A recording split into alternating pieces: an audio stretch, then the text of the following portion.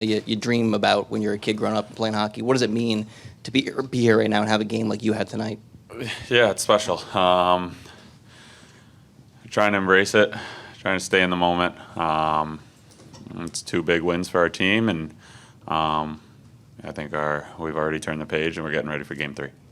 Left side, front row. Evan, you know, Saturday you said that you were so hyped up that you wanted the game to be at 1 o'clock. I mean, to be here 2 games later and have 3 goals, I mean, just how big is this moment for you in your career, and how do you continue to do it in so many different roles on this team?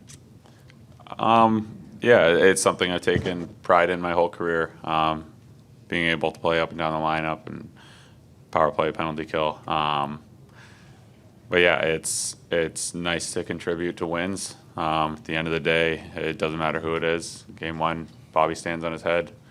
It doesn't matter who it is. We're looking for wins here, and we're happy with the results in our first 2. Over here on the left.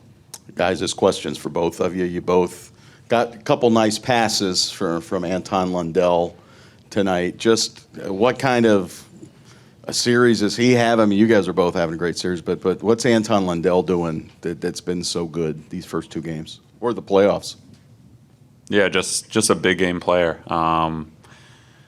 Loves the challenge. Loves the moment. And I think, he elevates his game in the playoffs because he relishes, the challenges that come with, a harder game, more meaningful games. And I really liked what I've seen from him this playoffs. Yeah, everything what he said, and I saw you guys call him like Baby Parky or whatever. So yeah, basically, that's pretty good, and like he's playing good defense game, and also he got the offense, and he's playing like a little bit mean, so it's good. Left side, fourth row. Yeah, for both of you guys, just what was over here, up here? Just your reaction when you guys saw Barkov go down, and just for you guys to be able to respond the way you did, get the power play goal, and just continue the fight. Obviously, seeing your captain go down is obviously the last thing you guys want to see. Yeah, definitely. I think we rallied. We did what we had to do to win the game. You never want to see your captain go down, but I thought everyone did a great job, focused in, got the job done. Left side, third row. Yeah, Niko, over here. Just how big was that goal for you, for yourself, for the team to get the offense going? And then what is it about you guys in the third period? Again, outscoring your opponent, taking control of the game. Does anything get said between the locker room? Does anything need to be said to you guys? I think we were pretty good at the start, and even if we were down 1 goal, and everybody was calm and trusting the process, and we were trusting we're gonna get the chances, and well, I was a little lucky, got the one through, and nice play by Landi, and yeah, like in the third period, like we've been doing the same thing, just putting the puck deep and like playing with all 5 guys all over. So I think that's a game. Take a few more questions in English on the right side, second row.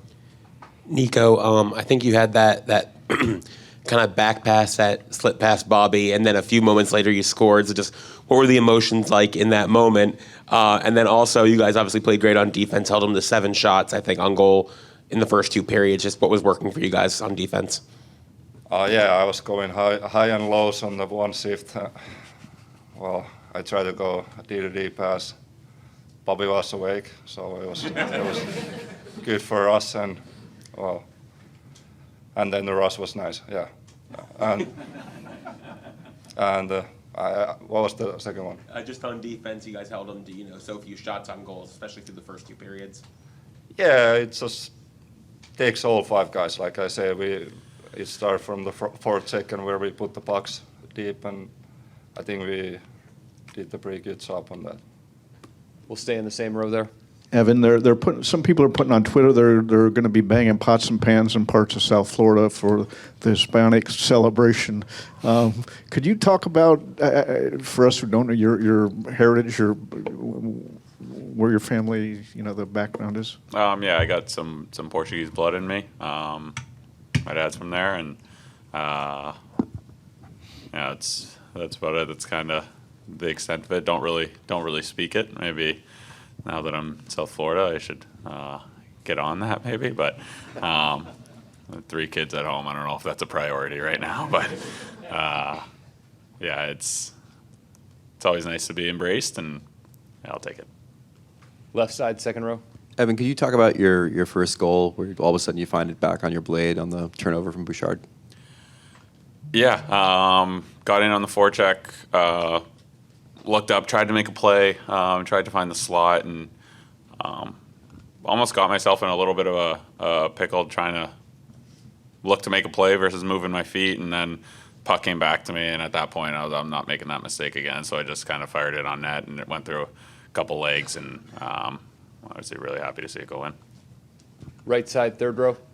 Niko, what do you think you guys did better as far as getting the puck out of your zone tonight than the first game? And was this more the way you guys normally play tonight than in the first game?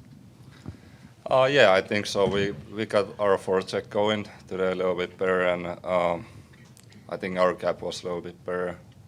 I think also like how we played on the third period first game, we just kept going on that, and I think that's the way we used to play. And our last question in English, back right, Steve. Evan, if someone had told you coming into the Stanley Cup final that you would be outscoring McDavid, Draisaitl, and Hyman after 2 games, you would have said what? It's pretty cool. Yeah, I mean, you know what? I'm not too worried about the point totals or goals. It's at the end of the day, we're looking for wins here, and yeah, that's all I care about. It's nice to contribute. It's nice to contribute to a win, and yeah, that's what we're here to do. And it could be any player on any given day, and yeah, just again, happy with the results we've got in the first 2 games, and start getting ready for Game 3 now. Evan, appreciate your time. You could hop off. We'll do a couple and finish for Niko. I'm gonna stick around and listen to this. Yeah. We support you. Yeah, you're happy. Yeah, I am. You're right. Morjesta. You can answer also.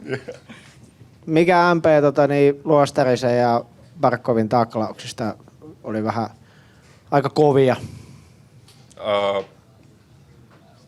No ei ole oikeastaan kommentteja siihen Barkovin taklaukseen, että en mä ihan nähnyt niitä vielä kunnolla, mutta niin kovaa tuolla pelata. Sä tietysti tykkää tämän tyyppisestä pelistä, mutta onko toi kivaa nyt, kun tuossa on aika paljon kaikkea koko ajan meneillään, vai onko se siinä rajoilla, että toi karkaa? Mikä fiilis? No kyllä toi aika meikän tyylistä peliä, että ei mulla mitään valittamista, että kovaa mennään ja kovaa taklataan ja saa repiä ja raastaa, niin Kiitos. Ole hyvä. sillä. No, kuumeniko yhtään tunteet noista vaikka Luostarisen ja Barkovin taklauksista penkillä? No kyllä se aina herättää vähän tunteita, mutta yrittää pysyä niinku fokuspelissä ja keskittyä seuraavaan vaihtoon ja yrittää voittaa peli. Että jäällä nyt tapahtuu välillä kaiken näköistä, mutta itse yrittää aina kuitenkin, just niin kuin sanoin, fokuspeli ja seuraava vaihto, että meillä on peli voitettavana siinä. Kiitti. Kiitti. Thank you for your time, guys. Thanks, guys. Have a good night. Thank you. And then, obviously, you look back at Game 1, we kind of called that the Bob game, but here in Game 2, the defense just gave Edmonton really not much of anything. How impressed were you with the defensive effort from your players tonight? I thought it was a continuation of our third period from Game 1. I thought our gap was good and the effort was outstanding. Left side, fifth row. Paul, you guys did this in Game 1 with locking things down in the third period. What makes your team so good at being able to play with a lead, hold a lead, and be able to kind of get to your DNA?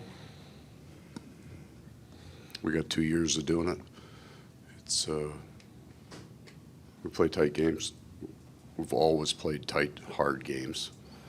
We don't necessarily score easily. That's not a function of not skill or talent. And the story in these playoffs, we've seen some pretty fine goaltending. We never really got to the test in Game 1. That wasn't an issue. But it's experiential. Right side, first row. Paul, what was your reaction to the hit on Barkey, and do you expect the league to take a look at it? The league looks at everything. They'll look at every hit. Left side, first row. Paul, Evan Rodrigues, Kyle Poso called him a chameleon, that he could play up and down your lineup with anybody. He doesn't defer to stars whenever you put him with stars. What is it about him that makes him so good, and just how gratifying is this, do you think, for him? It's an interesting comment.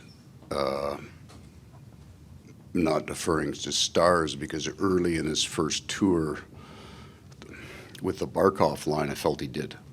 And it's understandable. You're a new player coming to an organization that is skilled. You can make plays. The analytics on that line were always exceptionally good. But if there was a critique, that I thought at times he deferred and didn't need to do that. So what he's done is he went on a world tour of our lineup and played with just about everyone, and found his game. And maybe these are questions more for Evan than anybody else, but the confidence to be specific about who you are as a player, and then confident in that. Not a lot more, but he's become. I mean, at this point now in the playoffs alone, he's played all three positions, and he's played on 3 different lines. Left side up front. If it was not a 3-1 or a 4-1 game, could Sasha Barkov had returned? There's 9:28 on the clock, I believe, in a 2-1 game. Right, but then I'm not holding him. Okay. Left side, second row. Paul, you mentioned a continuation of the third period, 0 high danger chances against allowed at 5-on-5. Were there any adjustments subtly made from game 1 to 2? No, just to be mindful that at a time our game was played in game 1. I thought the first period was almost an aberration, because I said this earlier, if you sub out their power play in the first period, they got in alone on us 4 times, but it wasn't systemic. So the first period wasn't as bad as it looked, but I'm not going to try to convince you of that, because they're in alone 4 times. That's not good. The second period was contextual.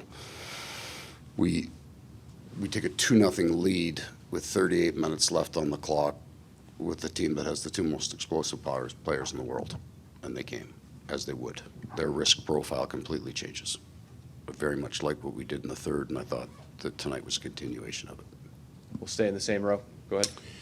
Paul, I do want to ask you about the evolution defensively of this team since you've arrived, but just quickly, because I think you're holding back. How do you feel about the hit on Barkov? This isn't the Oprah Winfrey Show. My feelings don't matter. Okay. You're hired 2 years ago, team wins the President's Trophy, scores 1 million goals, and your mission is what? Play a style of game that you can play in the playoffs. Playoff hockey is different. We play a different, we talk about this in training camp, and it's hard. The buy-in isn't from the coach. It's nothing I've done. It is the players'